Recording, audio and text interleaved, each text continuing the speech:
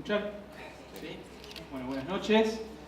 Bienvenidos, bienvenidas. Muchas gracias, profesor Gordillo, que en este acto hacemos entrega del diploma de profesor honorario de la Universidad Nacional de José C. Paz, así ya no está como profesor invitado, sino como profesor honorario de esta casa de estudios, y para nosotros es un verdadero orgullo y le agradecemos muchísimo por su presencia aquí. La segunda de una serie de presencias, esperemos, para enriquecernos como universidad. A nosotros como docentes y por supuesto también a ustedes como estudiantes. En este caso, en el marco del Seminario Permanente de Análisis Jurisprudencial, que como ustedes saben es una serie de encuentros que estamos organizando desde la materia para actualizarnos de los fallos que van saliendo a lo largo del año de la Corte Suprema de Justicia de la Nación y que por una razón obvia de cronología no podemos prever en el programa de estudios. Entonces, este seminario permanente nos permite mantenernos actualizados y es una excusa ideal para que profesores como el doctor Gordillo visiten nuestra universidad, en este caso ya su universidad, así que no es visitante, y nos permitan escuchar sus puntos de vista y también discutir. Sé que ustedes estuvieron, corríjanme, en el tercer encuentro, ¿verdad? ¿Sí? ¿Sí?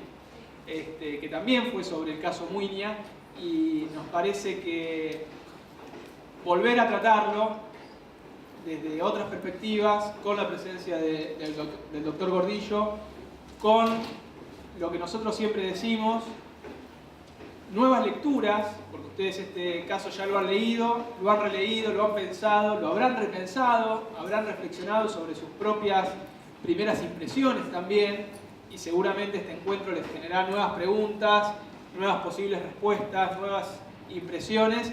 Es lo que más nos enriquece, ¿no? Si es algo que nos ha enseñado el profesor Gordillo, ha sido a pensar. Creo que ese es un resumen, al menos de mi parte, del legado como profesor que me ha dejado y a muchos de nosotros nos ha dejado el doctor Gordillo. Nos ha forzado a pensar. Las respuestas habrán sido variadas, habrán sido también circunstanciales, pero sobre todo lo que nos ha transmitido a quienes hemos sido sus alumnos es un método en derecho, pero también un método en el ejercicio profesional que creo que se aplica a cualquier otra disciplina más allá del derecho público o del derecho en general. Es a estar atentos, a mirar los hechos, a pensar los valores, a pensar las circunstancias, a pensar todo el tiempo. Así que la invitación, más que nunca en este seminario, sobre todo ustedes que ya han estudiado este caso, es a que lo repiensen, ¿no? Y que si bien vamos a comenzar con una exposición del profesor Gordillo, seguramente lo que él más va a disfrutar van a ser sus reflexiones y preguntas y el intercambio que se produzca luego de su intervención. Así que bienvenido nuevamente, profesor, y le cedo la palabra. Muchas gracias.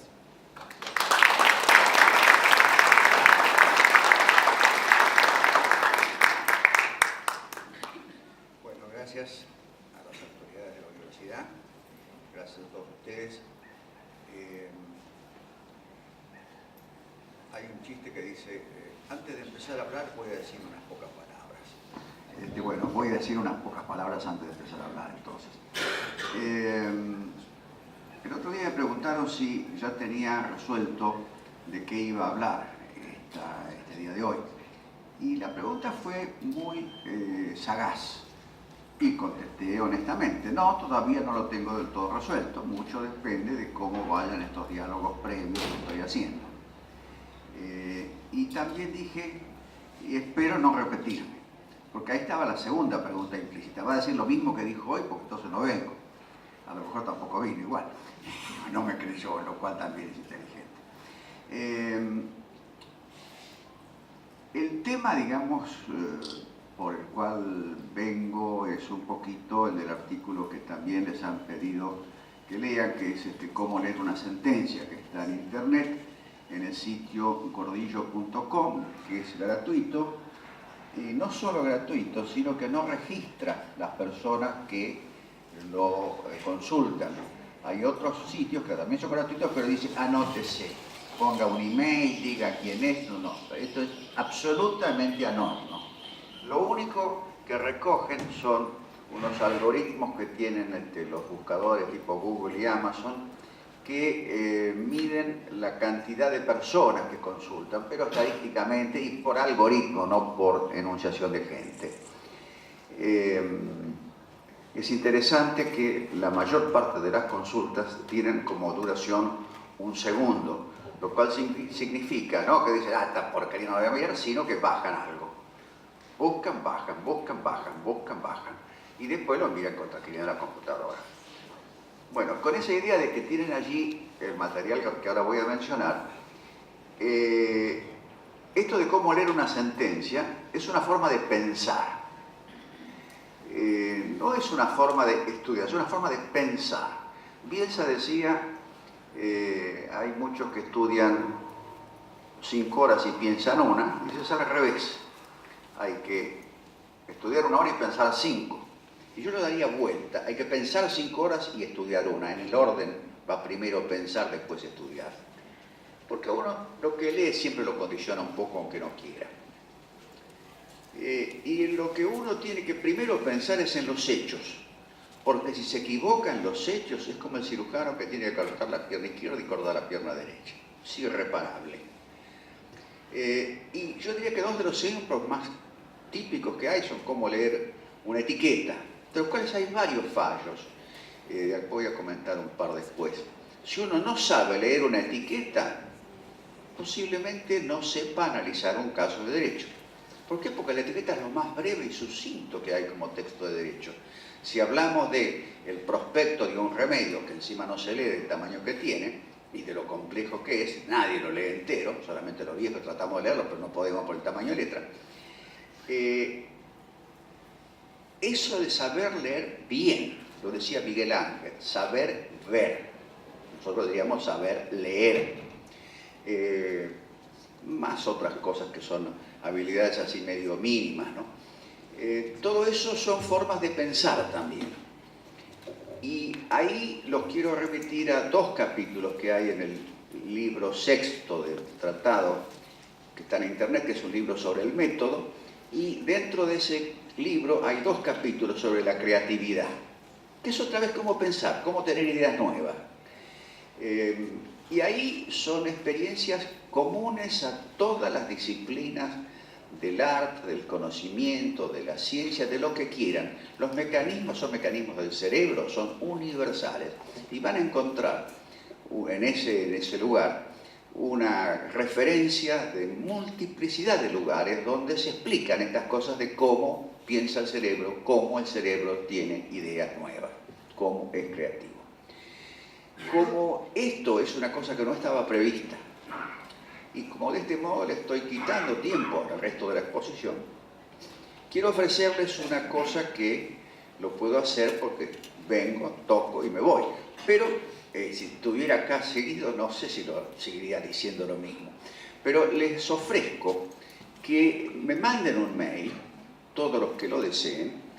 La dirección mía en internet, la que está en el sitio, que es válida, es agustin@gordillo.com. Como todas las cosas digitales, la dirección es falsa, porque es una dirección virtual que me manda a otra dirección que también es virtual, pero que esa me llega. Y si no, tienen una que es la verdadera, que es agustin.alberto.gordillo@gmail.com, que es mi preferida y le hago la propaganda porque es la que guarda más tiempo, mayor cantidad de información sin borrarla. Las preguntas pueden ser de cualquier cosa, pero sobre todo cualquier cosa que quede sin contestar hoy, pero de todas maneras lo que quieran preguntar. Y yo lo que voy a hacer, les adelanto para vuestra anuencia, es armar un listado de todas las personas, de todos los mails que me manden, de todas las direcciones de mail, y si puedo agrupar las preguntas, agruparlas sin identificar a quién hizo qué pregunta. Incluso por ahí sin respetar necesariamente la redacción de cada uno. Esto para tratar de hacerlo más cómodo para el resto de la gente, pero que todos puedan compartir qué dudas ha habido, qué respuestas se ha intentado dar. No voy a contestar rápido porque va a haber un trabajo previo de organización de esa información, pero sí voy a contestar. Por lo menos estoy calculando que 500 no hay, así que hasta 150, 200 más o menos creo que llego a contestar. Bueno, etiquetas. Ustedes dirán, pero yo vine a escuchar de etiquetas a Gordillo. Sí. Hubo una vez un caso resuelto en la jurisprudencia en que a un producto importado le aplica una multa a la Dirección Nacional de tal cosa porque en su etiqueta no pone el lugar de fabricación, lo cual es una obligación legal. Hecho en Argentina, hecho en Francia, made in France, lo que sea. Bien, el que hace el recurso argumenta que, bueno, dice la Unión Europea, y ya, en este mundo de hoy, y se largó con el violín de la Unión Europea. El juez de primera instancia, da lo mismo si rechaza o acepta, pero con el argumento de la Unión Europea.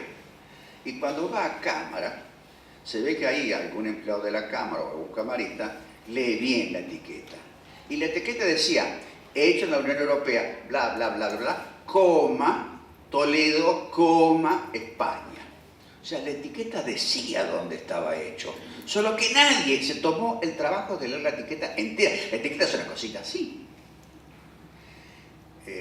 Muchas bebidas, muchos alimentos tienen que tener en la advertencia, contiene sulfitos, que no está prohibido, pero que muy bueno para uno no es. Para el producto sí, porque no se oxida fácil. Pero a alguno le cae mal. Ahora bien, yo le digo a mi mujer, che, tiene sulfitos. ¿Y qué tiene que decir? O que no contiene sulfitos, o no tiene que decir que tiene sulfitos. Y dice, ¿cómo? Entonces yo voy y le digo, vos nunca lees una etiqueta. No, te fija el precio. Mira, además de fijarte el precio, fijarte la etiqueta si tiene sulfitos o no. Porque es conveniente no consumir mucho sulfito. Ese es un primer caso en que no leyó la etiqueta ni el que aplicó la multa, ni el abogado que la apeló, ni el juez de primera instancia, ni la administración que apeló, y que recién en segunda instancia el tribunal lo encontró porque leyó entera una etiqueta de 5 renglones. Es chiquitita esa etiqueta. Otra etiqueta, lo cito en el capítulo Cómo leer una sentencia, el fallo. No van a mejorar nada la cultura jurídica, pero sí van a mejorar el conocimiento del derecho. Hay una parte jurídica importante, sí, cómo no, los hechos. Los hechos son lo importante.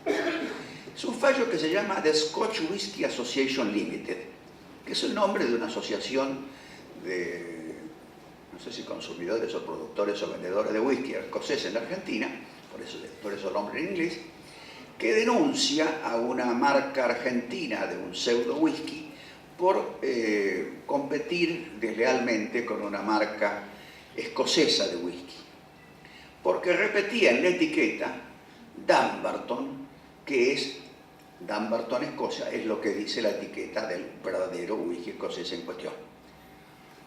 Bueno, llega a la Cámara. Supongo que el voto lo hizo el camarista porque es un voto muy atrevido, porque empieza diciendo una cosa que lo tornaría arbitrario. Pero me dice, pobre hombre, también se tiene que poder divertir, ¿por qué no se va a poder divertir algo? Entonces el tipo dice, en un tema tan importante, me sentí en la obligación de hacer una investigación de primera mano.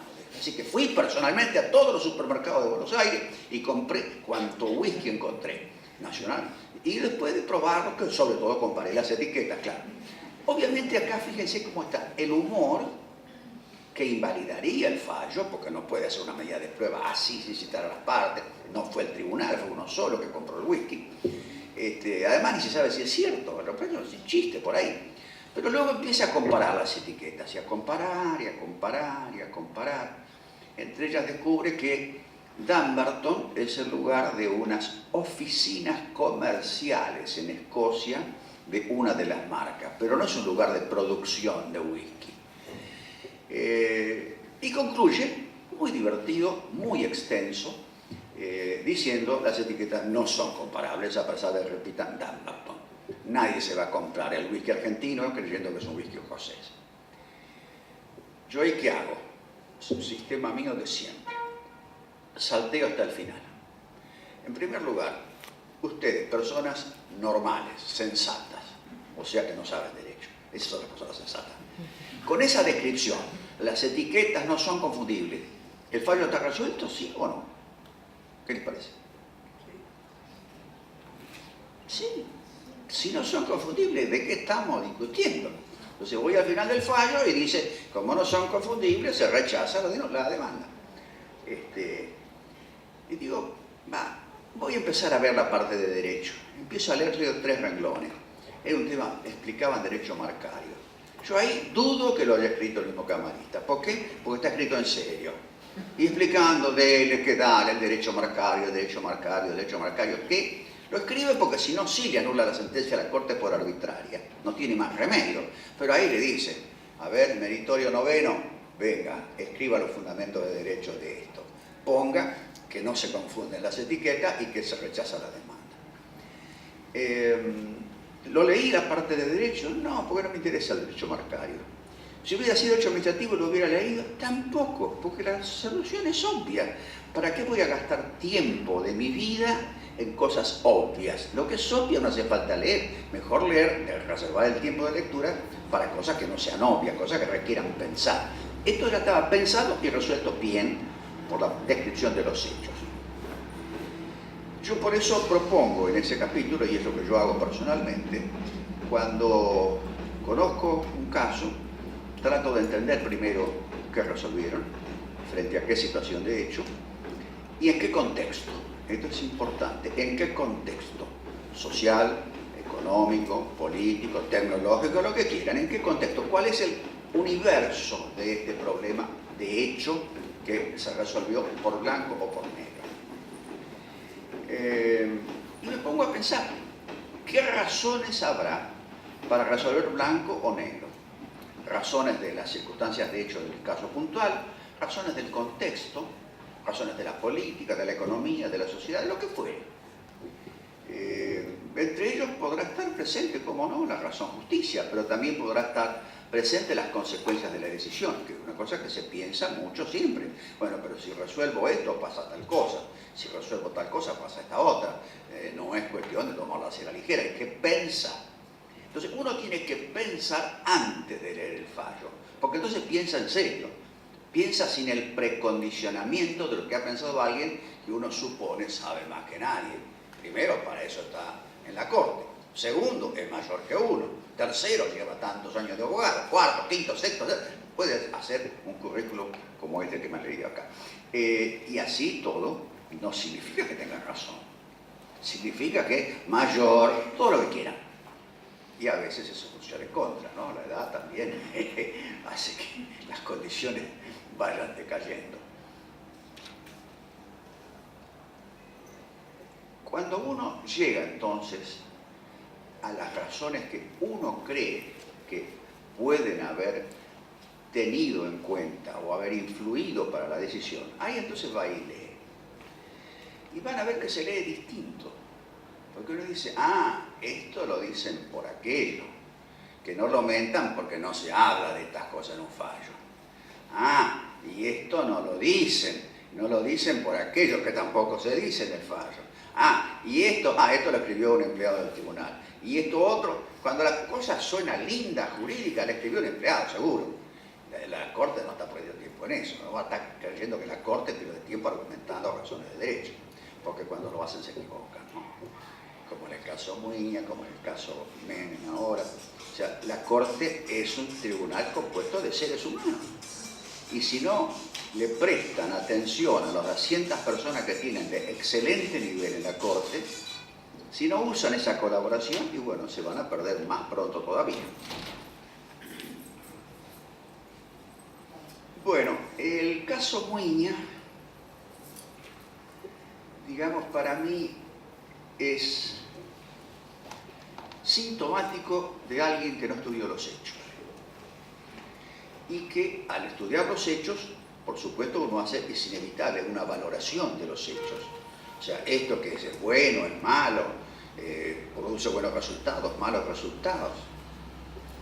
¿Cuál es uno de los problemas en la Argentina? Y los gobiernos militares que hemos tenido, uno de los problemas, no digo el único, ¿no? Pero uno de los que ha molestado bastante. Dentro de eso hay algunos muy en particular, y sí, el último se mató unos cuantos, ¿no? No discutamos cuántos fueron, pero que fueron muchos, fueron muchos. Entonces, frente a eso, era sensato tomar el artículo 2 del Código Penal, que dice, son todos buenos, todos buenos, todos buenos, todos recuperables, todos sanos. Y pensara un poquito.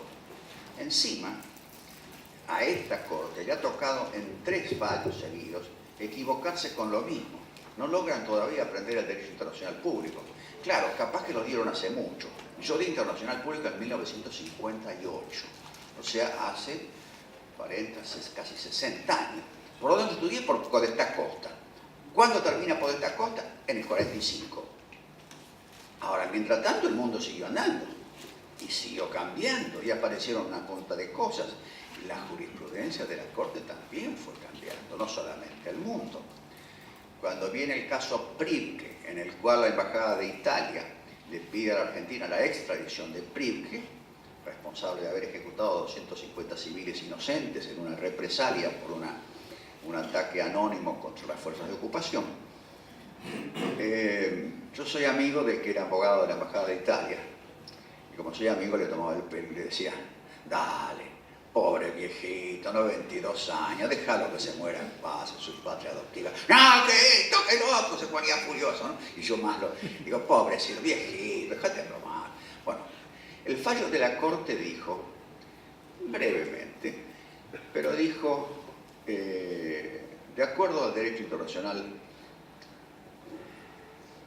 corresponde al país requirente y no al país requerido juzgar si ha habido o no un delito de lesa humanidad o de crimen de guerra o ese tipo de infracciones al orden mundial, a lo que se llama ius cogens, derecho imperativo internacional. Y se lo mandamos nomás. Y allá lo condenaron, lo metieron preso y finalmente lo soltaron, ya cuando era muy caro mantenerlo, porque estaba viejito. Y bueno, ahora que costás plata, anda a tu casa. Ahora, acá de pronto iban a soltar a todos los gente que, yo no digo que sean Pribke, pero que estaban condenados por delitos de lesa humanidad, con sentencias que, si la Corte se anima a decir, no, todas estas sentencias son todas nulas de nulidad absoluta, y se la banca, está bien, y además lo pongo en libertad, está bien, para eso es la Corte, pero no me diga que no revisa la condena, porque ya es irrevisable por delitos de lesa humanidad, y dice, pobre tipo, como decía lo de Pribke, que termine en su casa sus días en paz. No, para la mano. Estuvieron gobernando el país unos cuantos años, matando gente de unos cuantos años. Yo quiero, como dirían los españoles, el que a uno castiga, a ciento avisa. Yo quiero avisarle a los que siguen, muchachos, no vuelvan a tomar el poder, ni ustedes, ni los hijos, ni los nietos de ustedes, porque si llegan a cometer delitos de lesa humanidad, no va a haber, como dicen las consignas, ni olvido, ni perdón. Iba a decir ni castigo, ni perdón. Entonces, ahí son las consecuencias del fallo. Pero además estaba el hecho del derecho internacional. Invocar el derecho interno. El Código Penal nuestro, como todos los códigos penales del mundo, ha ido, yo diría, mutando, cada vez para una mayor tutela del inocente no condenado por sentencia firme. Y se les ha ido un poco la mano entre los tribunales, los legisladores. La verdad es un problema social compartido. Entonces, la Corte resuelve este asunto desconociendo la realidad nacional, desconociendo la valoración de los hechos del caso y desconociendo el derecho internacional y ius cogens. Ahora bien, hace un poco antes, un poco después, en Fontevecchia, dice, no, en realidad yo no estoy obligado por la Corte Interamericana de Derechos Humanos. Dice, claro, digo yo, esto lo decís porque no le pensás hacer caso a lo de Milagro Sala, pensaba yo. Pero no, los juzgadores solo dijeron, no, sí le hago caso, yo no estoy de acuerdo, pero si la Corte me lo pide, ¿qué la Corte? La Comisión. medio flojita la fundamentación, ¿no? Y la Corte, la Comisión Interamericana, le hizo una cosa más o menos lavada. O sea, no le dijo, está mal. Le dijo, ¿por qué no piensa en todo caso darle, qué sé yo, prisión domiciliaria? Que sigue siendo prisión. O sea que tan lástima no le dio. Entonces la Corte se prepara para decirles que no a los que vengan contra Milagrosal. Al final de cuentas no hace falta, se metió al cohete con la Corte Interamericana. Después se olvida del derecho internacional en el caso Muelle, y ahora en el caso Menem dice, de acuerdo al derecho internacional, el doble conforme, que es una cosa complicada, delicada, para pensar. No es tan así de sencillo. Dice, pero ¿cómo? 3 veces dicen una cosa, van para acá, van para atrás. No hay nadie que le diga, che, doctor, así no va. Mi padre, que era catamarqueño, y no era abogado ni nada, decía que el juez catamarqueño, en el cuento de él, se le viene a quejar 2 por un alambrado, separando 2 campos, y uno le dice, mire, son las vacas de él que se meten a mi campo y rompen el alambrado. Y dice, sabéis que tenéis razón. Dice, no, pero escúchame, el problema es de él que no arregla el alambrado que se le cayó a él porque está mal colocado. Y sabéis que tenéis razón. Y entonces el secretario le dice, pero doctor, no le puede dar razón a los 2 al mismo tiempo. ¿Sabéis que vos también tenéis razón? Alguien tiene que haber en la corte que le diga, ¿sabéis que no tenéis razón? ¿No? Yo, por lo tanto, soy un poco pesimista sobre el objeto de este seminario. No digo sobre el seminario, sino sobre el objeto del seminario. Hay un libro que se llama Las limitaciones del conocimiento jurídico, que no está en internet, en el cual un español habla con alto nivel filosófico de las limitaciones del método del conocimiento. Y yo hago unas notas al pie diciendo que en verdad las limitaciones no son del conocimiento ni del método del conocimiento. Las limitaciones son del objeto del conocimiento. Es el derecho el que tiene problemas por todos lados. O sea, no es que no podamos asirlo porque no sabemos entenderlo. No lo podemos asir porque no se deja entender, porque no es siempre el producto de una decisión racional, pensada y con conocimiento de los hechos de la información.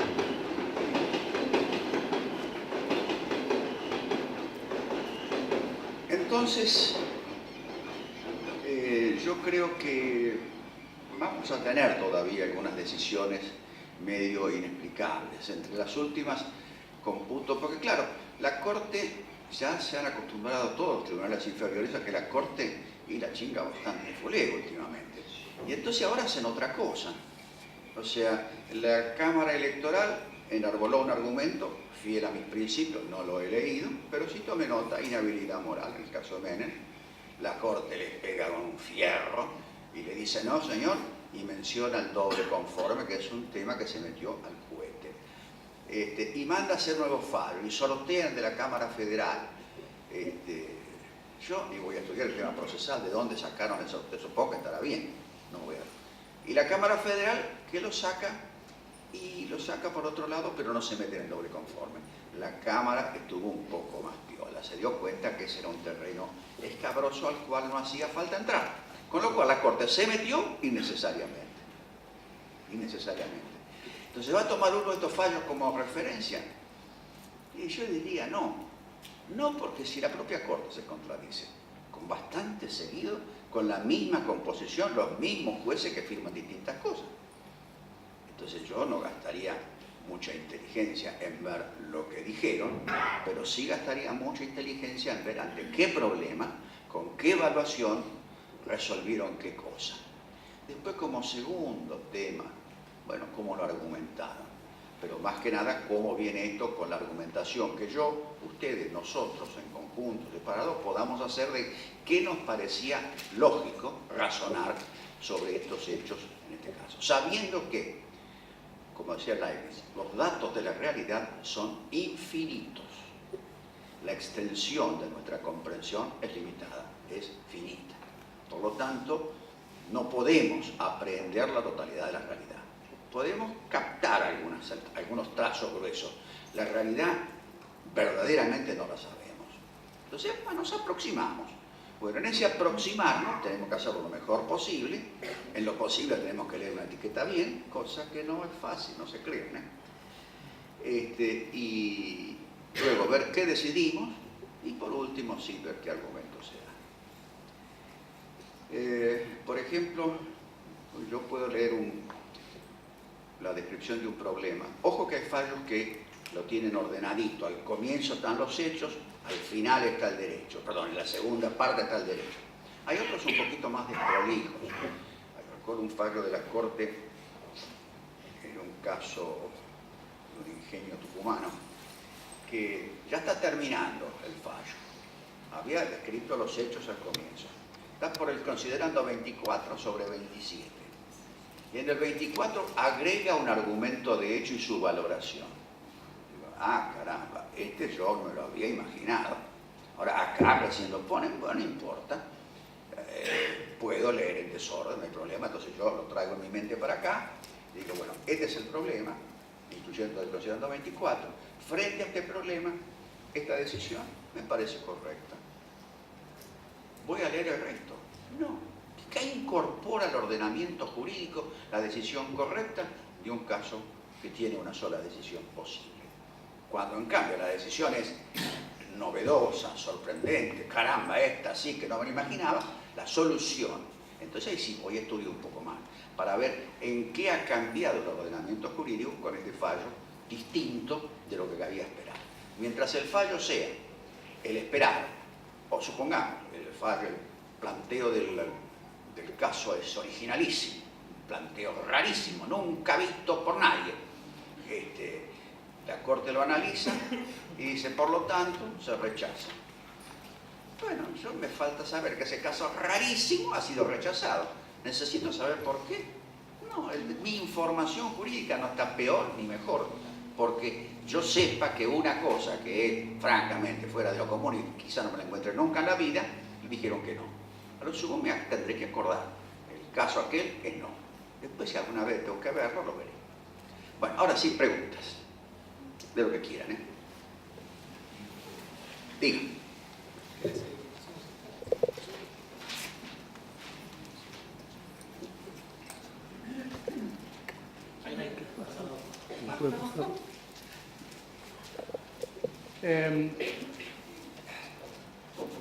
De acuerdo a los errores técnicos que comete la Corte Suprema, digamos, en su opinión... Perdónenme la interrupción, pero tómelo como diálogo, ¿no? Yo no lo llamaría error técnico, yo lo llamaría error de apreciación fáctica, porque de ahí parte todo, se equivoca en ver los hechos y con los hechos la valoración. Ajá. Y en su opinión, digamos, son responsables, digamos, los que fallan en su mayoría de prevaricato. Mire, entra dentro del caso de error humano.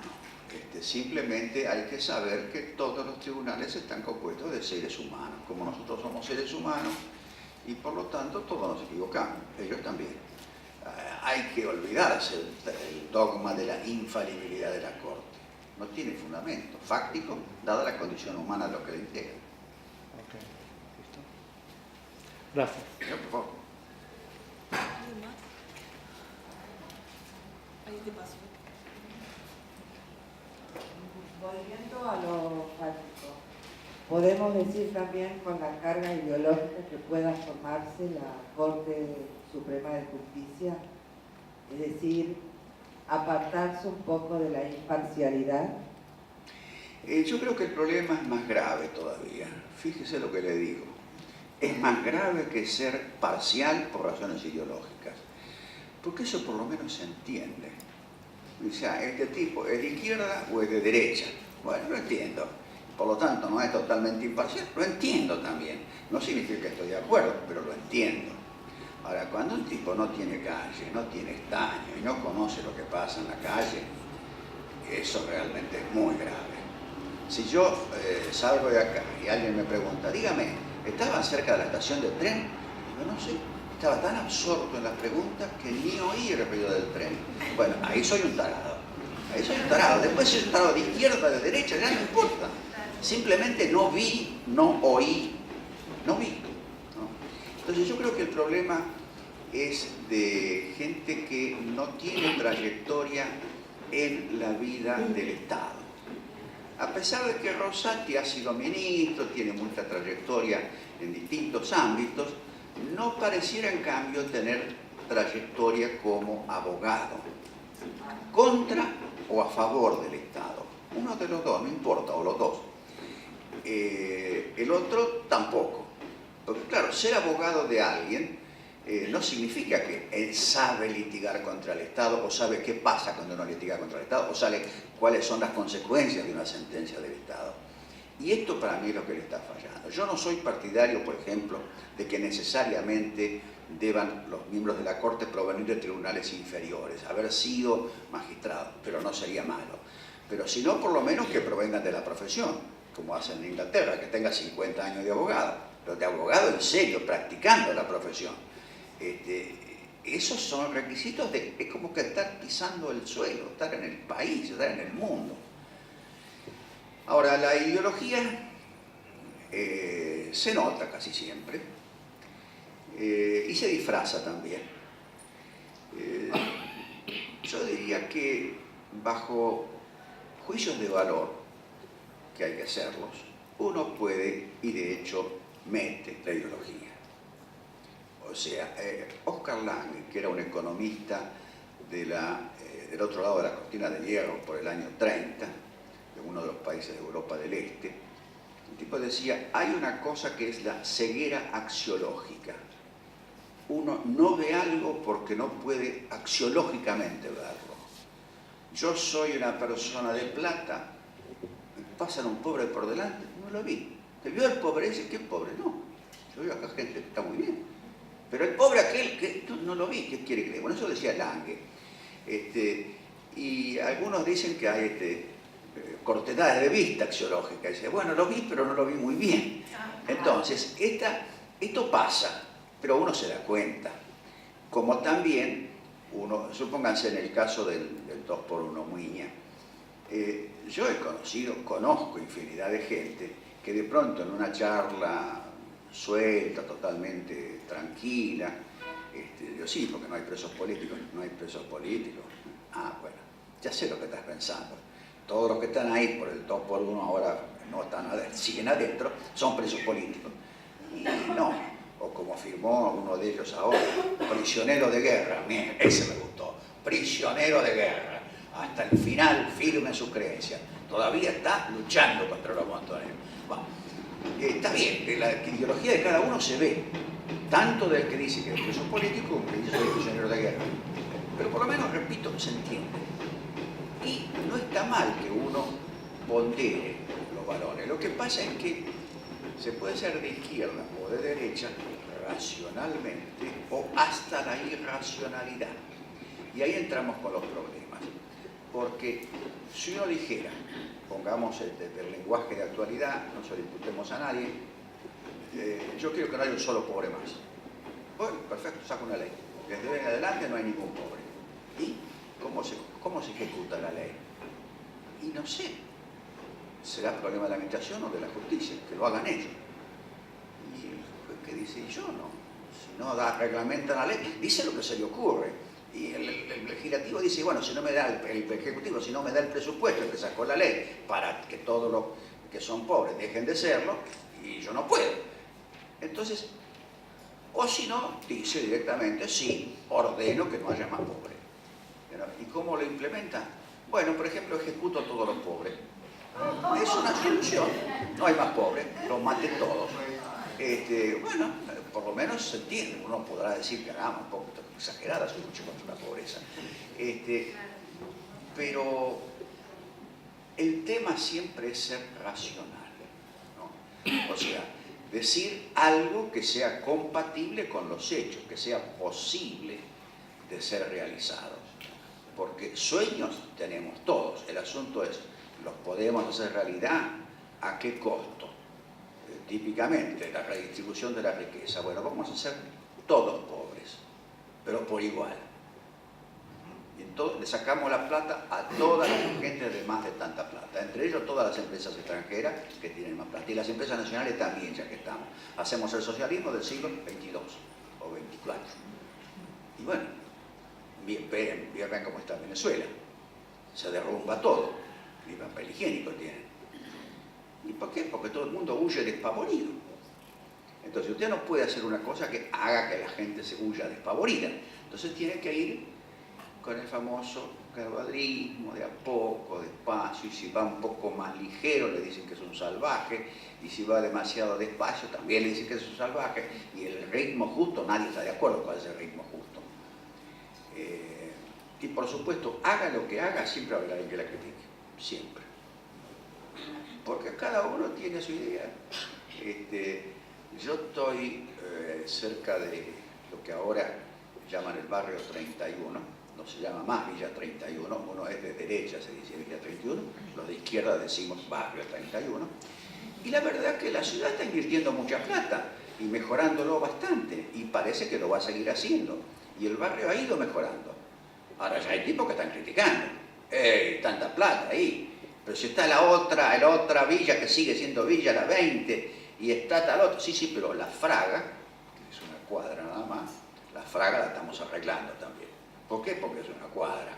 Y fíjense que la Fraga es una villa hecha en una calle asfaltada.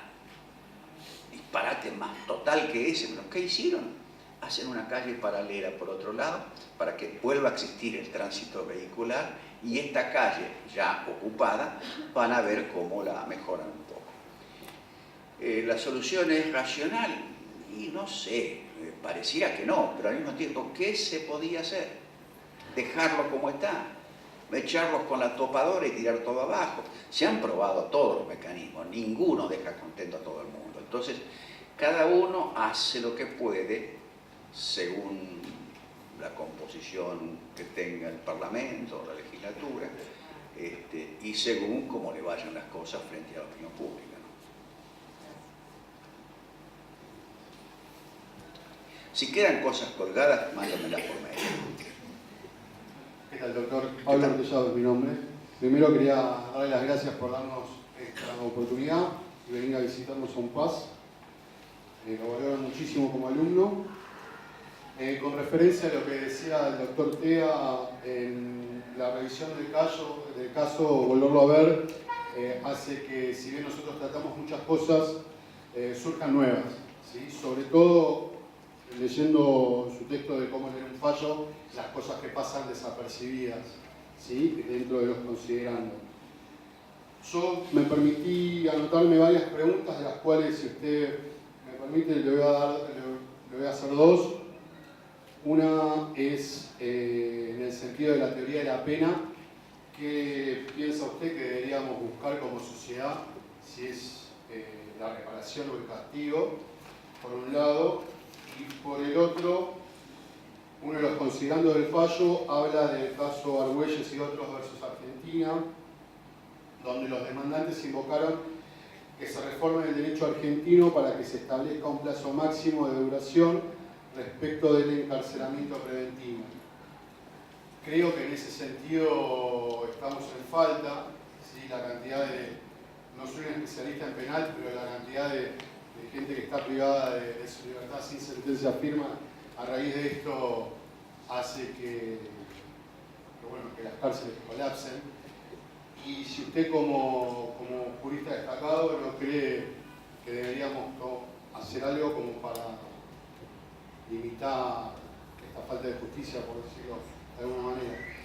Mire, yo penalista no soy, pero como abogado de derecho administrativo he trabajado con penalistas en casos de derecho penal, o sea que tengo una visión medio de costalete, ¿no? Y me parece que hay una cosa de toda la historia que empezó a cambiar hace poquitos siglos y que cambió más decididamente en el siglo XVIII, y ahí para acá más todavía. Y es que antiguamente en la historia, ustedes lo ven en las películas, en las series, en los libros, básicamente la autoridad tenía el poder de sancionarlo como quisiera, a quien quisiera, por lo que fuere. generalmente era la muerte, ¿no? Usted, le cortan la cabeza. O Game of Thrones, me leí el capítulo 1, perdón, me leí, no, lo vi, y el tipo, lo acusan a alguien de una cosa que no se entiende bien, dice, bueno, están de acuerdo todos en ejecutarlo. Entonces hay un chico de 10 años ahí, que está quietito ahí, y dice, el jefe dice, no, si no es unánime, no sirve. El chico levanta la mano así, da risa. Pero bueno, porque el chico levantó la mano asustado, dice, bueno, ahora es unánime, así que estás condenado a muerte. ¿Cómo querés morir? Entonces el tipo dice, yo preferiría que me cortaran la cabeza. Bien, tu deseo te concedido. Está dicho ya hasta cómicamente. Tu deseo de que te corten la cabeza te ha sido concedido.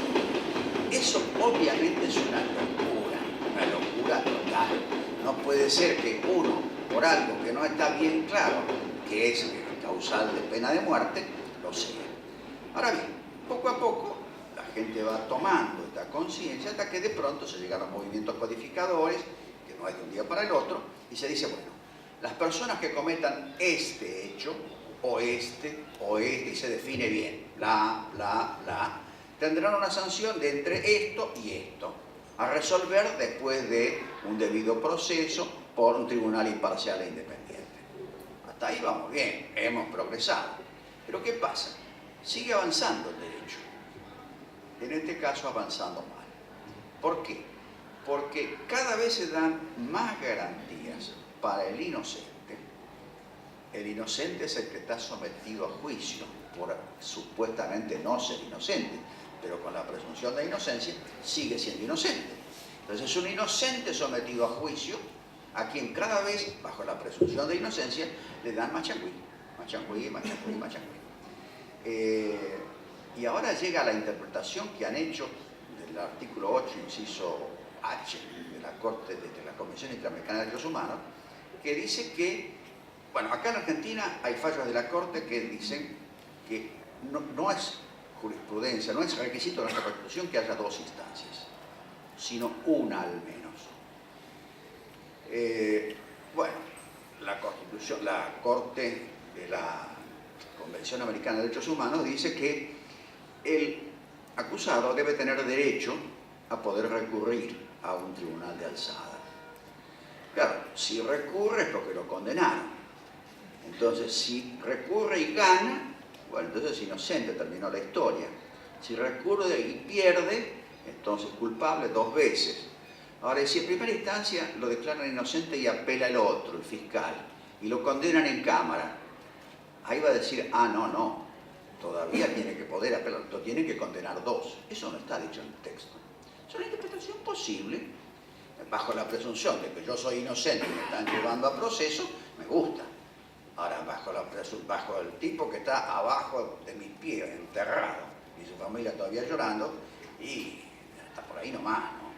Entonces, yo no estoy personalmente muy persuadido de que ese artículo de la Corte Interamericana de Derechos Humanos, de la Convención Interamericana, deba ser interpretado como doble conforme, como dijo la Corte ahora en el caso Menem, ¿no? No creo eso, o por lo menos no creo sin discutirlo mucho más. Así de entrada no estoy de acuerdo, que por lo menos no es la jurisprudencia de nuestra Corte. Ahora, para ver un poco la complejidad, la misma Corte que acaba de decir que no va a obedecer a la de Costa Rica, repite esto como del derecho internacional, también invocando la misma norma, la misma convención. Entonces, yo creo que cuando vamos al tema de la libertad provisional, yo creo que todo se ha ido deformando. Fíjese usted, por ejemplo, la prisión perpetua. Para el sentido común, prisión perpetua es prisión perpetua. ¿Qué quiere decir la perpetuidad? Para siempre. No. Hay leyes del Congreso de la Nación que dicen la prisión perpetua son 30 años. ¿Cómo? ¿No era perpetua? Bueno, es perpetuita, 30 años.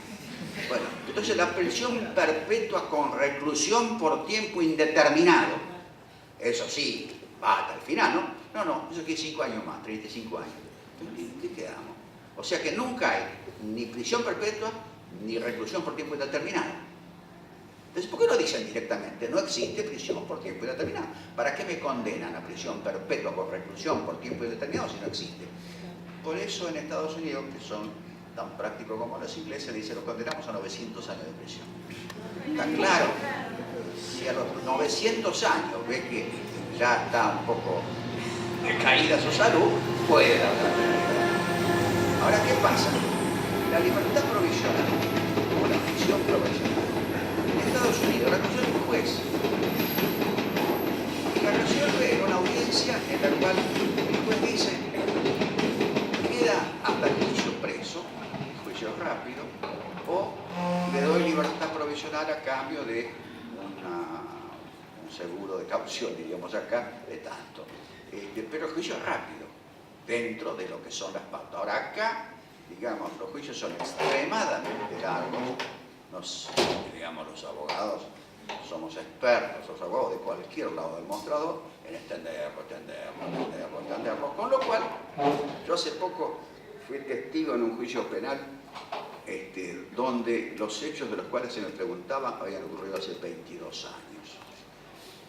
En algún momento me preguntaron tal cosa, digo no, y a ver, le vamos a mostrar una fotocopia. La fotocopia encima casi ilegible. El presidente del tribunal oral me dice, un poco como advertencia, pero un poco con buena onda y como advertencia, me dice, mire, el original lo tenemos, esta es como la 10ª fotocopia, sí, así que si usted quiere lo encontramos, como diciendo, no me mandes a buscar el original, ¿oíste? Entonces yo miro la fotocopia, se ven algunos lazos de mi firma, digo, sí, si bien está incompleta, pareciera ser mi firma, y agregué, el sellito seguro es mío, porque la verdad el sellito se veía bien, y yo conozco mi sello. Entonces, como eso decía lo contrario de lo que yo había dicho, digo, y pido disculpas, me rectifico, evidentemente me equivoqué. El fiscal, que es la parte acusadora, me dice, en voz alta, me dice, doctor, ¿y qué quiere? También con 22 años, que hace esto, ¿quién se va a acordar qué pasó? Además, era un escritito así de 5 líneas, una cosa de trámite que firmé y que es la única que hay que firmar. Perdón, había otra cosa que firmé, pero tenía una explicación. Entonces, sí, 22 años mientras tanto, por supuesto, muchos de los testigos murieron, de los jueces murieron, ahora está bastante mal uno de los procesados, y claro, finalmente no queda nadie. Y después vendrá por prescripción, como vudú, pero siempre hay un transcurso del tiempo excesivo. Entonces, claro, una prisión preventiva por unos meses, medio se entiende, ahora por unos años ya no. Entonces después dice prisión preventiva, pero máximo 2 años y si no va 2 por 1. Yo creo que está todo mal, pero que va a costar mucho enderezarlo. Además hay otra cosa, esto hablando de las consecuencias. Usted dijo una cosa que es totalmente exacta, las cárceles no son sanas y limpias como dice la Constitución.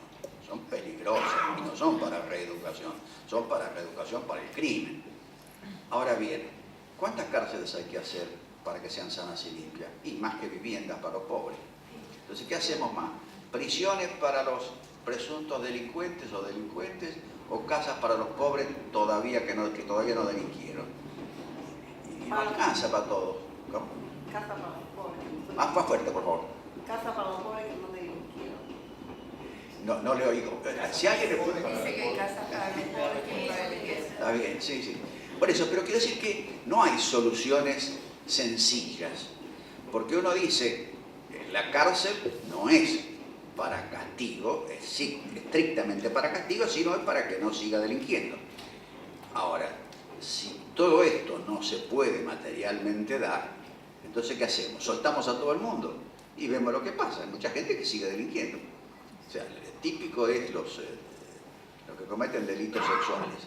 Generalmente son seriales. Los vuelve a cometer, los sueltan y los vuelve a cometer. Hay un libro que salió de un periodista que lo entrevistó en prisión a uno del clan Pucho que mató 11 y aclaró, su señoría, que quede constancia, los maté a todos por la espalda.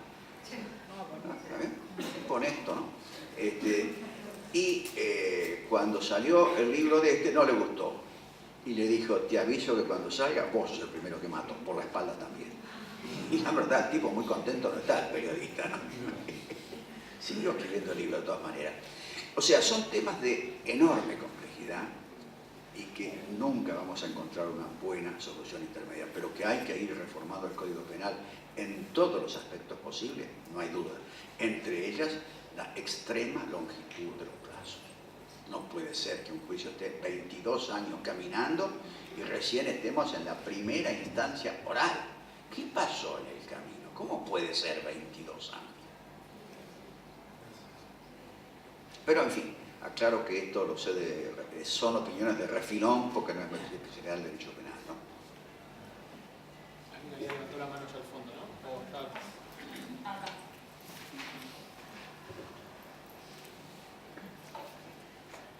Buenas tardes, doctor. Agradecida también de su visita y de sus palabras muy sencillas, muy fáciles de interpretar. Me recuerda a mi papá, que también era hombre de campo, como usted dice que era su papá. Quería preguntarle sobre el caso Muiña, no sé si lo llegué a ver bien. La Convención Interamericana se pronunció, y si en caso de que se pronuncie, ¿hay instancias, nuevas instancias en el caso? Yo le voy a contestar una cosa que seguramente la va a sorprender y posiblemente no le guste. Y es que yo estudio solamente las cosas o que necesito saber por algún motivo o que me interesan por algún motivo. No estudio por estudiar. ¿Por qué? Porque es totalmente inagotable el mundo del derecho y el mundo de la realidad. Entonces yo no estudié, salvo cuando era muy joven. Yo cuando hacía la tesis doctoral me leí, porque era lo que tenía, los 150 primeros tomos de fallo de la Corte. Encontré muchas cosas, pero durante un año no estuve haciendo otra cosa que leer fallos. Ahora, ¿empleé bien mi tiempo? No. Está claramente demostrado que no. Cuando yo en mis primeros alumnos hacía unos cuestionarios anónimos para que me dijeran qué temas había estudiado a juicio de ellos menos, uno de los que me ponían era responsabilidad del Estado, que era justamente donde me había leído los 150 primeros fallos de la Corte, los 150 primeros tomos. Entonces, a partir de ahí, digo, no, mi tiempo lo tengo que utilizar con más avaricia. Tengo que estudiar realmente lo que preciso saber, lo cual depende de por dónde me lleve la vida y depende de por dónde me lleve la curiosidad. Entonces, realmente, yo hace poco estuve en la presentación de un libro con amigos, autores del libro, sobre la Convención Americana de Derechos Humanos vista a través de los fallos de la Corte Suprema Argentina. Yo dije, bueno, está bien el libro, hacía falta hacerlo, hace falta saberlo, pero ¿por qué no hacemos, o por qué no hacen ustedes? Yo siempre así, cuando digo hacemos es, ¿por qué no hacen ustedes? ¿No? ¿Por qué no hacen ustedes un nuevo libro sobre la Convención Americana de Derechos Humanos vista por la Corte Interamericana de Derechos Humanos? Porque si yo estoy en Brasil o estoy en Bogotá, ¿qué me importa lo que dice la Corte Argentina? Me importa saber qué dicen allá, en el lugar donde se supone la interpretación auténtica. Y me acuerdo que los autores no estaban muy de acuerdo. Como que la gente considera que está más cercano a su realidad, y posiblemente lo esté, en el sentido de que está más próximo a serle aplicado, lo que dice nuestra propia Corte que lo que dijo la Corte Interamericana. Ahora, yo en el largo plazo apuesto a la Corte Interamericana, porque la Corte Nacional, 2x3, va bien. Digamos, hay algunos fallos de la Corte, viejos, que han marcado en su momento un hito, un punto de transición, y que después nunca más se volvió atrás. De esos casos hay muchos, capaz viejos, capaz ya conocidos, de años 40, los fallos que van saliendo y están muy todavía en el aire, ¿no? Con lo cual es una forma de escaparme diciéndole no sé. No sé y no lo voy a estudiar.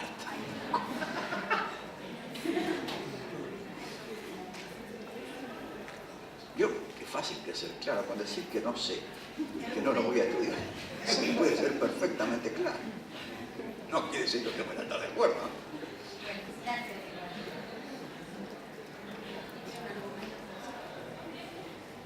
Buenas noches, doctor. Buenas noches.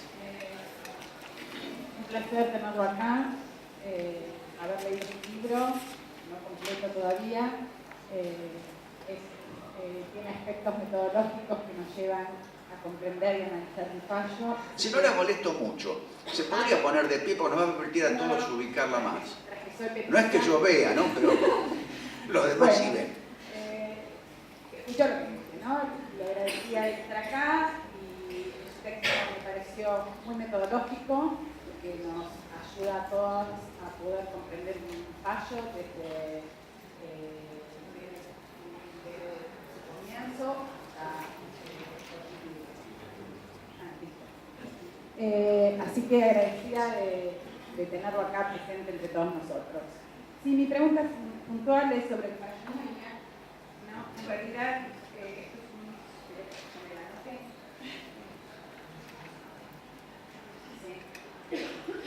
Cuando usted habla en su texto de entre líneas, ¿usted cree que los jueces de la Corte aplicaron esta línea de razonamiento para no pagar el costo de firmar el documento que liberaría a otros represores, como Astiz, Acosta y otros? Esa es una de mis preguntas, ¿no? Después la otra es, cuando la Corte hace argumentación de igualdad... Podemos dividir en dos, porque si mejor contestamos una primero, o no contesto una primera y pasamos y no le contesto a la segunda. Entonces, no contestando la primera. Yo no leí el fallo, ni lo pienso leer. Ni lo pienso leer porque creo que no voy a mejorar nada, ni como jurista ni como ser humano leyendo ese fallo. Me basta con saber que metieron la pata. ¿Metieron la pata cómo?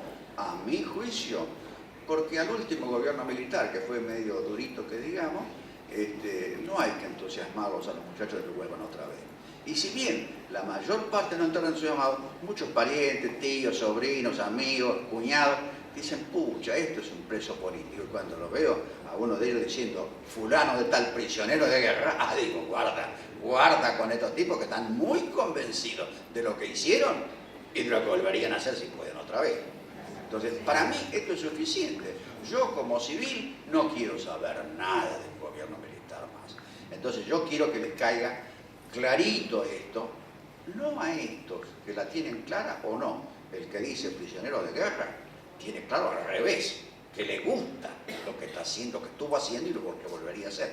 Yo quiero que lo sepan los otros, los cadetes de la escuela, los que están yendo a los primeros estadios de la formación militar. Esos quiero que sepan, mira, no va a haber perdón para vos si tomás el poder otra vez. Y quiero que los civiles también lo sepan, de que si van a colaborar con un gobierno militar, sepan que ahora tienen el artículo 36 de la Constitución, del 94, y agarra a todos. Agarra a todos. Antes no podía decir, bueno, pero yo era el Zorreguieta, yo hacía nada más que asuntos agrarios.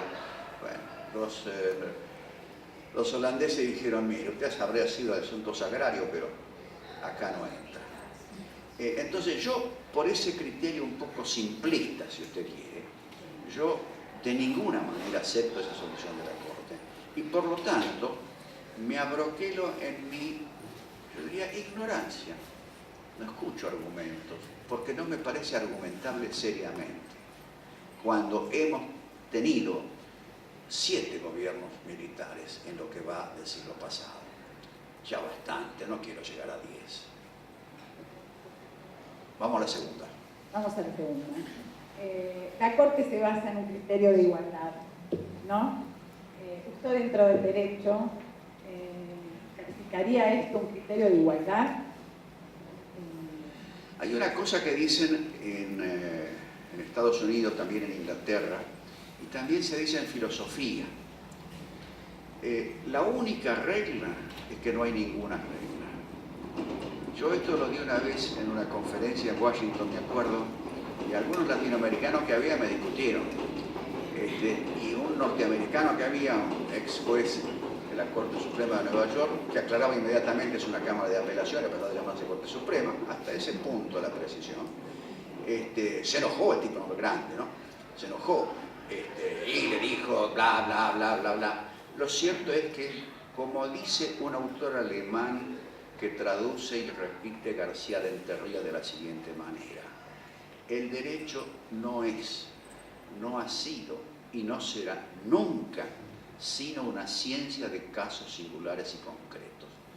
No me acuerdo del autor alemán, porque ¿para qué le voy a buscar en alemán y traducirlo yo de vuelta? Ya lo tradujo García del Terría. García del Terría es un tipo que escribe muchos libros, o sea, escribió, poco que murió, ¿no? Pero, claro, el derecho es una ciencia de casos singulares y concretos. No hay leyes generales. Existen leyes, sí, pero cada caso se resuelve por los hechos del caso, por la valoración del caso. Y luego sí, las normas juegan un poco, los precedentes juegan un poco, pero siempre se pueden acomodar un poquito u otro poquito según como uno ubique los hechos.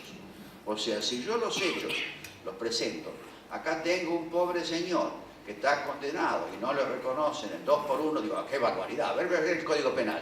Artículo 1 del Código Penal, ¿se aplica siempre la ley más favorable? Ah, bueno, está clarísimo, ley más favorable, 2 por 1, listo, ya está, terminó el caso, firmo a publicarse. Digo, no, para la mano, no. Primero valora bien el caso y después decime qué derecho aplicás.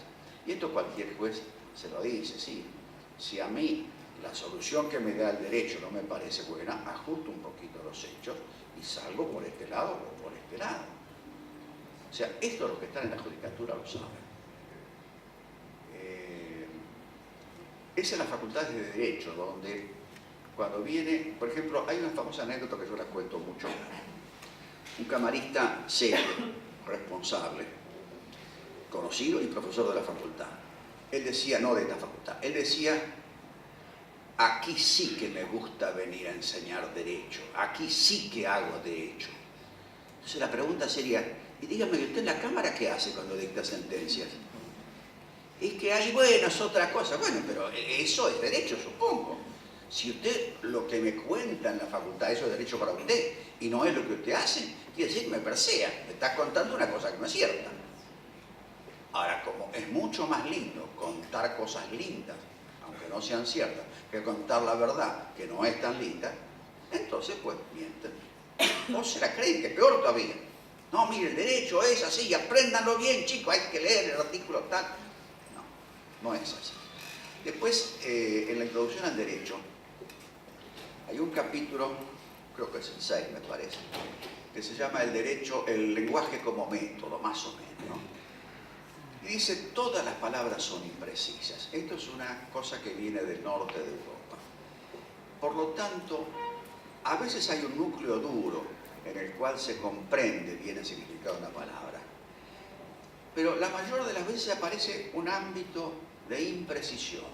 Dice, bueno, definamos bien. Peor, porque junta palabras todas imprecisas, con lo cual suma imprecisiones. O sea, no hay definición que corrija la imprecisión de las palabras del lenguaje que usamos los seres humanos normales. Las ciencias, no sé, las matemáticas, no sé, puede ser que tengan un idioma exacto. Entonces, ninguna palabra es absolutamente exacta. Por ejemplo, ¿hay silencio ahora? Bueno, habría que preguntarse primero, ¿qué entiende usted por silencio? Bueno, en realidad nadie está conversando, no pasa el tren, no vuela una mosca, ¿hay silencio absoluto? Digo, no, yo los oigo respirar. Bueno, ¿pero qué quiere, que no respiremos? No, no, digo que no hay silencio, están respirando, señores. 100 personas respirando, para una persona con el delicado oído que yo tengo, y es fuerte. Cuando pasa el tren ya tapo las orejas y no oigo nada.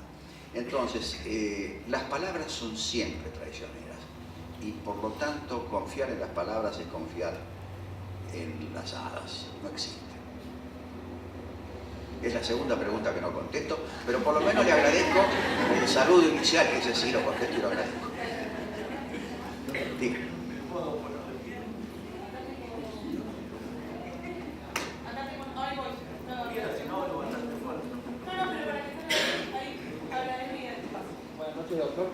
preguntarle cuál considera usted que es el interés de la Corte para decidirse a fallar sobre un caso que podría haber rechazado el plano. Si lo puede repetir más fuerte. Le preguntaba, ¿cuál considera usted haya sido el interés de la Corte de decidirse a fallar sobre un caso que tranquilamente podría haber rechazado? Falta de experiencia. Falta de experiencia. Yo he estado en muchos tribunales. Siempre lo que un juez aprende es a decir lo menos posible, solamente lo necesario. Yo estuve en el tribunal de la OIT. Me acuerdo que en un mecanismo estaba siempre o el presidente o el vicepresidente en cada sección de 3 miembros, un informante, en este caso era yo, y yo, abogado que soy, acostumbrado a argumentar la cosa de distintas maneras. Entonces, en el borrador de sentencia hago lo mismo. Y el vicepresidente, creo canadiense, me dice, basta, por Dios, déjese de machacar el clavo. Ya lo dijo, dígalo una sola vez, que se entienda, un argumento, 2, 3 a lo sumo y basta, dice, no hace falta escribir un libro para decir cómo resuelve. Claro, acá viene que después la Corte o cualquiera le dice, pero es un arbitrario, lo que dijo la Corte, no contestó todos los argumentos de las dos partes. La verdad, es otra vez un tipo con poca calle, porque está dicho en la jurisprudencia de la Corte que no hay que contestar todos los argumentos de las partes, sino los que el tribunal considera pertinentes para el. Pero si no, tiene que hacer un libro de 1000 páginas. Si voy yo escribiendo, yo escribo artículos, escritos larguísimos. Si me van a contestar cada cosa, no terminan nunca de trabajar. Entonces, no es que los motivó algo, yo diría que les faltó calle, estaño.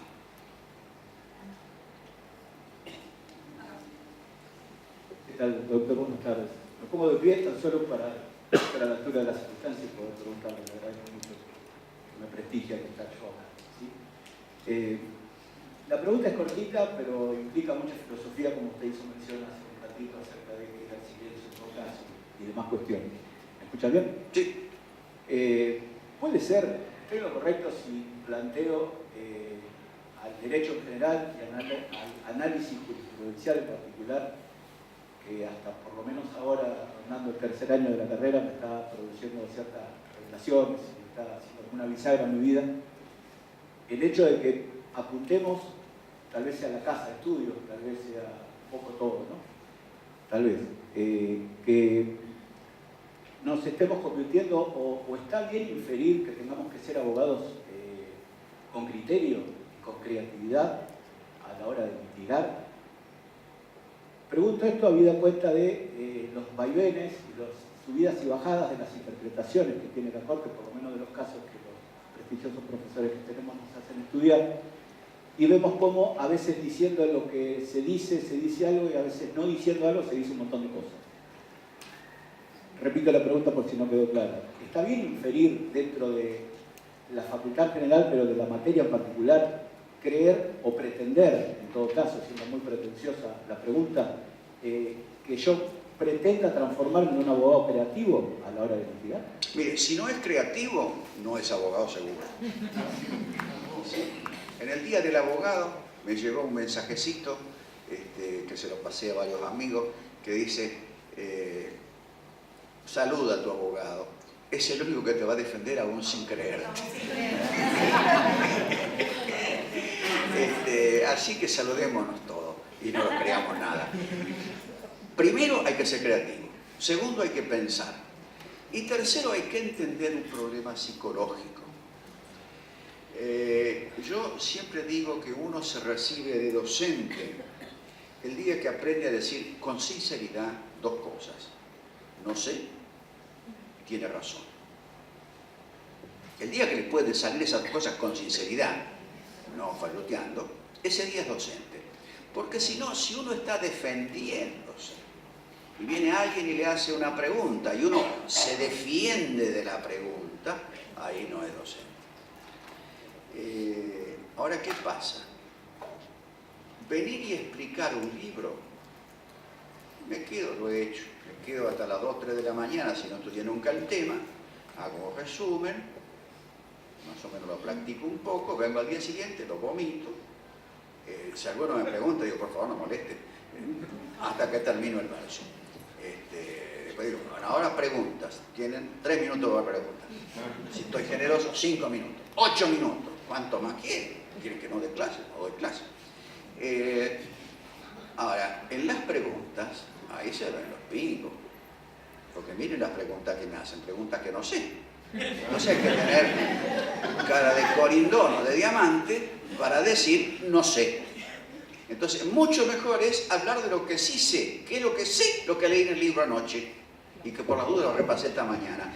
Entonces, es un mecanismo de autodefensa de quien está dando un tema, darlo de esa manera, darlo dogmáticamente, diciendo esto es así. El Código Civil dice tal cosa, el Código Penal dice tal cosa, la Cámara Federal dice tal cosa. Porque esto es cierto y si no, acá les muestro el libro. Y si quieren me lo traje y se lo muestro.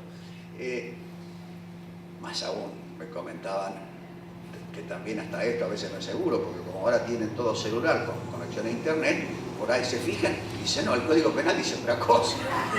Por lo menos el que tengo yo acá en internet. O sea, ni esa seguridad tiene el pobre docente. Por eso es que muchos docentes no quieren hacer algún problema.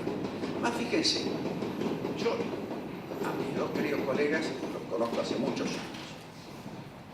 Ellos saben que no pensamos lo mismo en cada cosa que yo digo. Yo sé que no pensamos lo mismo. Y ellos se lo comen tranquilamente. Y si estoy yo y ellos están dando clases, me lo comeré yo. O si combinamos antes, hagamos un gran debate, hacemos un gran debate. Pero no estamos coincidiendo en cada cosa que yo digo. Estamos coincidiendo en un modo de ver el mundo. Modo de ver el mundo menos dogmático, más creativo, más imaginativo, pero no pensamos lo mismo. Y estoy seguro que cualquier tema de derecho que tomemos, lo vamos a discutir. Honestamente, vamos a pensar distinto, como lo decimos, como no lo decimos. En los tribunales se ve, otra vez, en qué argumentos se usan, qué argumentos no se usan. Yo recuerdo en el tribunal de la OIT, viejas épocas, estaba presidiendo la sesión el presidente del tribunal, un consejero de Estado del Consejo de Estado de Francia, y había una magistrada que era expresidenta de la Corte Suprema de Australia. La llamaban la Dama de Hierro, como Thatcher, ¿no? Durísima la tipa.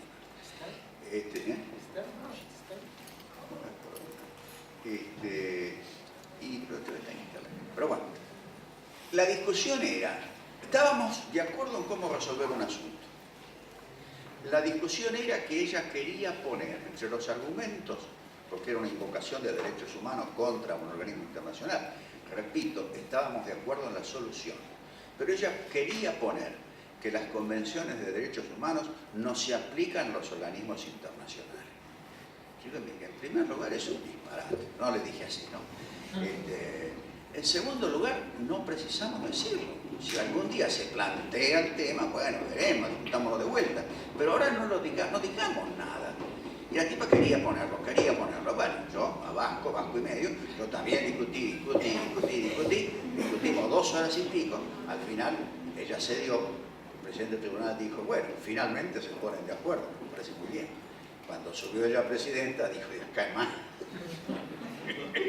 No se discute tanto, haga disidencia si quiere. Con lo cual empecé a hacer disidencias, que antes no se hacían. Y finalmente yo mandé una renuncia, porque no quería decir renuncio por razones personales, porque es falso. No quería decir renuncio por culpa de fulano, sotano y mengano, porque es agresivo, es innecesario. ¿Hay forma de que puedo decir la verdad sin ser agresivo? No la hay. Entonces decidí fingir un malestar psíquico extremo. Y mandé, no con certificado médico, mandé unas cartas lacrimógenas, diciendo más o menos, ya estoy terminado, este es el fin de mi vida, creo que no lo voy a ver nunca más. No me acuerdo, la escribí con cuidado, ¿no? Pues tampoco quise que se riera nadie. Tanto que me mandaron, bueno, que lo pase bien en el campo, hasta que finalmente le cortan la cabeza a la presidenta, que era la que discutía, y a 2 más que habían votado con ella, y a la secretaria que había dejado que eso pasara, ¿no? Ahí me contestó, doctor. Ahí me contestó, fue muy creativo. Una vez lo fui a ver a un juez, el cual era amigo, y le digo en un momento, mira, te digo la verdad, ¿no? Y el tipo me dice, Agustín, un abogado tiene el deber de mentir por sus clientes. Un juez tiene el deber de no creerte. O sea, no me vengas a mí con cuentos, yo voy a ver qué hay en el expediente. Pero sí, hay que ser creativo, hay que ser creativo. Otra forma más agresiva de decirlo, pero que sigue siendo cierta. Yo recuerdo que una vez me dijeron, pero que es cuestión de ser vivo entonces para ser abogado. Le digo, mire, no es cuestión de ser vivo, pero si no es vivo, le puedo asegurar que de abogado no sirve. Tiene que además ser vivo, o sea, ser despierto, ser atento, ser creativo, imaginativo, y por cierto, en eso siempre no hay dos personas que piensen exactamente igual. La diferencia estará en que algunos hablan del caso, de los hechos del caso, de las valoraciones del caso, de las circunstancias del caso, de por qué esto, por qué lo otro, y otros que van directamente del problema A, las normas, a la solución C. Eso es falso. Eso es falso. No existe nunca.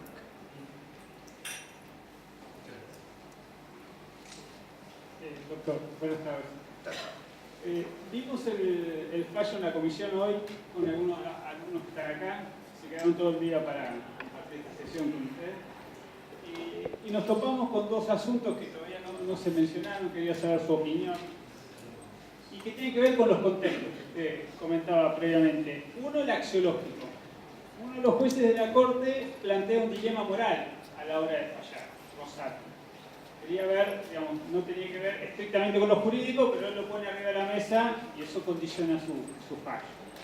Y el segundo tema es más político y tiene que ver con lo que sucedió después del fallo, que ante una movilización popular el Congreso se reúne raudamente, saca una ley, todo su derecho, pero el tercer artículo dice que esta es la interpretación auténtica de lo que usted va a tener que hacer, Corte, de acá en adelante. Eso es... ¿Cómo lo ven? ¿Como una sobreactuación? ¿Es algo que no tiene ningún valor? Lo retrotraigo unos 20 años atrás, cuando era la ley de la obediencia debida. Con ese criterio ganó las elecciones Alfonsín, prometiendo juicio y castigo a los grandes responsables y no a los que actuaron por obediencia debida. Así salió la ley, así salió la jurisprudencia de la Corte, y años después salió una ley distinta diciendo: no, decláranse nula de nulidad absoluta tal vez. Yo hice una nota fallo, pero sabiendo lo que hacía y sabiendo en qué me metía, y tratando de aportar mi punto de vista, diciendo, esta ley no está anulando una ley, ni la está declarando inválida. Lo que está haciendo es un juicio de valor de que aquella ley es absolutamente disvaliosa. Y que hoy en día esto se puede decir porque no nos cuesta el cogote, pero que antes no era tan seguro que se pudiera decirlo. Entonces, esta ley es un juicio de valor unánime del Congreso para que la Corte se sienta respaldada en el juicio de valor que tome ella al anular o no la sentencia. Porque muchos criticaron la ley diciendo que en verdad cómo iba una ley a anular otra. Yo digo, no, prestando un juicio de valor. Ahora, acá la Corte, perdón, el tribunal, yo me hubiera salteado la conmoción popular, porque no fue tanta como para que se asustaran todos los legisladores, y salvo el salteño que nos asustó, sacaran una ley por unanimidad de ambas cámaras, salvo un salteño, ¿no? Perdón si hay algún salteño, no quiero ofender a nadie, ¿no? Pero lo cierto es que si el Congreso de la Nación le dice unánimemente eso es absolutamente disvalioso, ahora haga usted como le parezca, es lo mismo. Algunos, claro, yo tengo amigos legisladores, se trabaja muy mal, que discuten en el pozo, agregan una cosa, sale cualquier mamarracho, pero lo que no hay duda es el criterio unánime de disvalor. Si era una ley interpretativa, si era retroactiva, si no lo era, eso no tiene importancia, no vale la pena discutir, eso no es derecho, lo que sí es derecho es el juicio de valor. Y el juicio de valor, me parece, es lo que la Corte no se lo tragó. No entendió, nuevamente, no entendió el juicio de valor de la sociedad. Se lo tiene que recordar el Parlamento unánimemente, es un papelón. Un juez de la Corte no se le puede pasar por alto el juicio de valor de la sociedad en la cual está.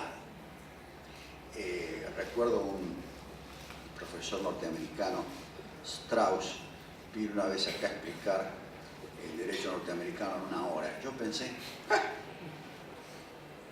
cada cosa que dijo fue una novedad para mí. Y se lo dije después.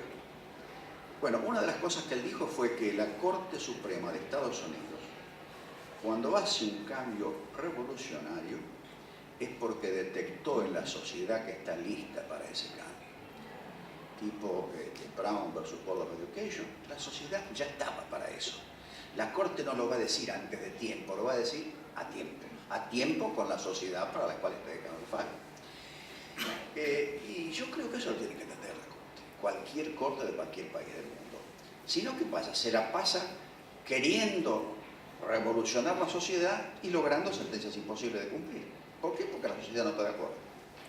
Entonces acá, más allá de lo que hayan dicho, lo que para mí no es comprensible, salvo por falta de calle, ¿no?, es que no hayan advertido que estaban yendo contra el juicio de valor de toda la sociedad. Como lo demostró el Congreso, ¿no? Y eso que no son chicos, porque me dice, bueno, un chico de 22 años, no, ya señores grandes.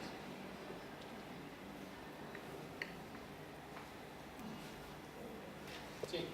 Una chiquitita que me quedó en el tintero, doctor.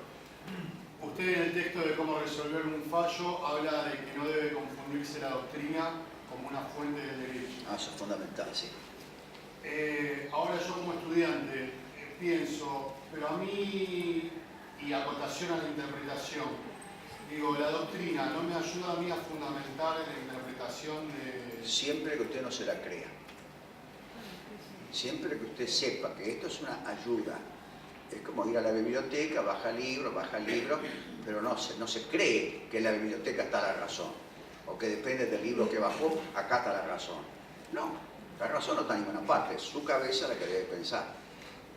Los libros le simplifican la historia, le cuentan esto, le cuentan lo otro, sabiendo que cada uno lo cuenta como le parece a él. Y después los fallos habrá que leerlo y habrá que... El que está cerca de un fallo lo conoce distinto de lo que el que lo lee estando lejos.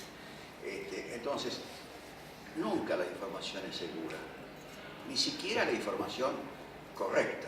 O sea, esta es la ley, sí, esta es la ley, este es el fallo, este es el fallo. ¿Estamos seguros de lo que significa esto? No, hay que ver, depende del caso. Depende del caso. Por lo tanto, esto lleva a cómo enseñar, de lo cual hay muchas maneras de hacerlo. Yo, por ejemplo, mientras di clase, yo no exigía conocimiento ni teórico ni normativo y permitía hacer los exámenes a libro abierto. Había gente que se llevaba un changuito lleno de libros antes de la Lo que sí no le admitía errores de derecho, para que se tienen los libros ahí. Que me copie los libros que tiene adelante, tampoco se lo admitía. Si quiere, cópielo, pierde el tiempo usted. Yo no se lo leo, todo lo que dice de derecho se lo salteo si tiene el libro adelante. Una vez un tipo, presidente del centro estudiante, me escribió 30 páginas. No se escribió porque éramos varios en la cátedra. Le pusimos un 3, porque era presidente del centro estudiante, si no le digo que 6.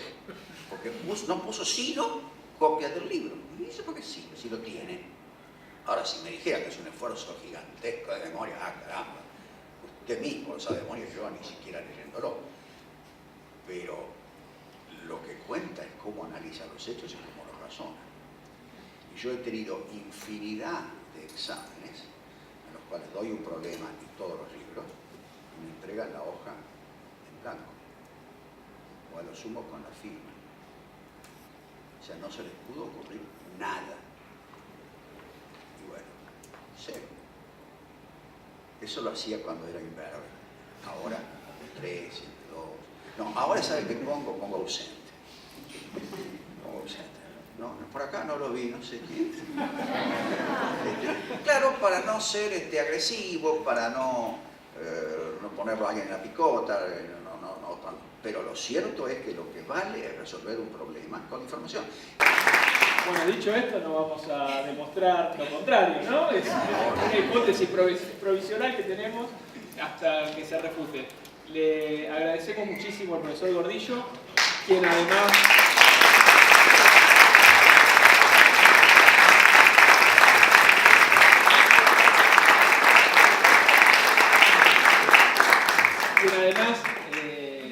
se ha comprometido ya, ha venido a algunos cursos de los viernes a la mañana y también ha manifestado su interés por venir a alguna clase de la materia de análisis jurisprudencial en otros días y horarios, así que si bien este es el seminario que estamos todos juntos, en el aula más chiquito y con un contacto más directo me parece que podemos continuar esta charla que más que darnos conclusiones nos ha dejado muchísimas preguntas y mucho para pensar y creo que esa fue la intención.